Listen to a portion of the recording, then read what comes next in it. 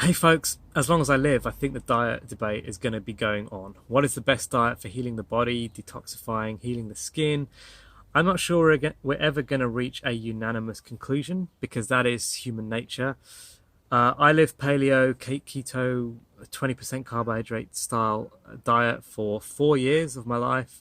And since then, I've been 8 years now on a whole foods plant based diet, which is what took me to the next level of healing. And most of my clients live on the whole foods plant based lifestyle.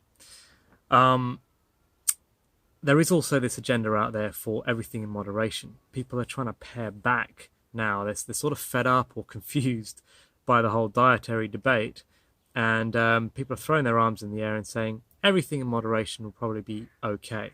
The main issue with that, especially for those of you that do need to regenerate and detoxify your body, is that's pretty much the eating regime that got you into this mess in the first place. If you were born into a Western society, you're probably eating a pretty standard Western diet with everything in moderation, nothing too crazy, treats every now and again, but nothing too crazy, and you've still wound up with eczema. And so logic should suggest to you that you've got to do something a little bit more radical. Hopefully you've reached a conclusion that you need to uproot this thing, you need to detoxify, you need to regenerate, you need to learn how actually to rebuild your body so that going forwards, the new skin you construct is constructed in a completely different way with completely different materials to the old skin you constructed, because you don't want that old skin anymore. So, just to touch on my experience with the paleo, with the keto lifestyle, I was on it for 4 years, and guess what? It was absolutely brilliant. It worked. It got my skin under control, and it was also really fashionable at the time. I was going down the gym, I was working out, I was into that whole scene, but I hit a plateau with it. I hit this point where my body just wasn't processing the fat and protein quite right anymore. And it was stressful on the body. And there was a tendency for stimulation there, like wanting to eat stimulatory foods like coffee and guarana and green tea and whatever else. All those things come under the bracket of stimulation. Salt is another one, hidden little stimulant there. And so it wasn't perfect. It didn't feel like I'd taken my body to the healthiest place it could be, because there was peaks and troughs, and there was high energy and low energy, and kind of weird mood swings and pretty strange digestion still going on every now and again. And so I knew that it couldn't be it couldn't be the most healthy way for a human to live. And the more I looked into our digestive system, and the more I just spent time meditating on this stuff myself, I realized that we do predominantly belong in the tropics. We do predominantly belong in starch-based environments, fruit-based environments. Yes, we are omnivores. We can get away with some animal protein, especially if we are completely healthy and extremely active. But if you're trying to regenerate and heal your body, you want to be rid of that really stressful stuff, because it's harder to digest. It does rev up the adrenal glands. It does ultimately raise your cortisol levels. And those are things that you don't want to do if you're trying to regenerate, relax, heal the body, rest. You need easy to digest food. You need high water content. You need low stress environments. And fruits and vegetables and starches are so much easier on the body. That's the reality. And so when I made the switch, for sure I had healing crises. It was a mess, but I was educated enough to go through that until such time as I got my candida under control and managed to fix my leaky gut syndrome, and so my digestion started to improve. It did take time. It was half a year really before I was sure that anything was really happening on whole foods plant-based. But when you do push through it, when you are radical and when you commit to this, you do go to a higher level.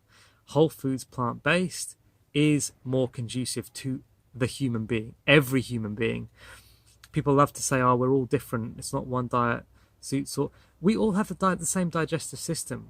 We all have a really long gut. We have a really long lower intestine and upper intestine. We all have the same type of stomach. We all have the same, roughly the same nose, same mouth, roughly the same teeth, same nails, same feet. We're not that different. And so when you look at how we are constructed, you can never argue that we're designed to be out in the wild chasing after rabbits and crocodiles and whatever. We're much more suited to plucking mangoes off the trees and growing potatoes, and that is our natural environment.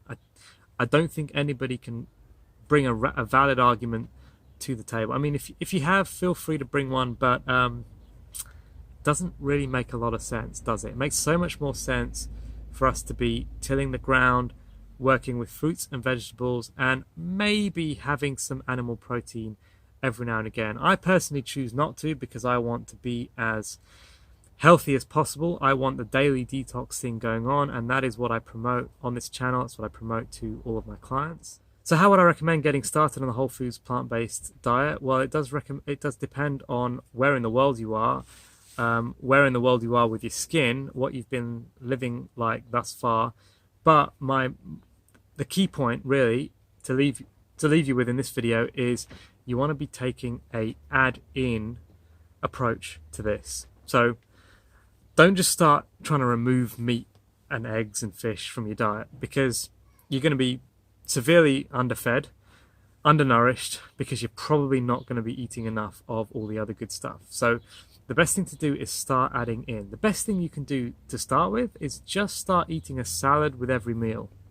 Start with a salad. So if you're still going to have steak or chicken or something, start with a salad and then progress to the meal that you were going to have, and see how you go. You might want less of it, and try to listen to your body and add more and more plants in as you go. Add in. If in doubt, eat more plants, more whole foods, and then eventually, as you garner more of a taste for those things, you'll just start to require less of the animal foods.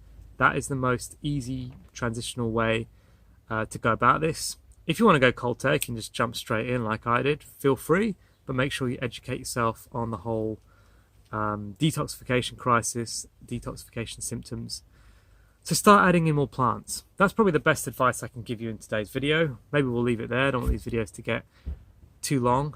But whole foods plant-based is undoubtedly, for me, the way to go with this. I do see more and more people just quietly doing it in the background, more and more people just trying to gently reduce their amount of meat intake, and I think that's brilliant. I think that is to be applauded, even if people aren't going too radical about it. In time, once they start to reap some of the benefits, hopefully they will. I encourage you to educate yourself on this stuff. Click on the other videos on this channel and please just start to understand what I'm saying here. If you've got eczema, if you've got psoriasis, dermatitis, please believe that there is a cure, that you can heal, you can reverse this, and you do that by regenerating the body, by detoxifying what you've got going on in there, getting your liver and kidneys back on track. Good luck with it, and I'll see you soon in another video. Q&A video on Wednesday. Stay tuned for that. If you've got any questions you want me to answer in the Q&A video in a couple of days' time, post them down below or send me a DM on Instagram at eczema healing, and we'll answer your questions.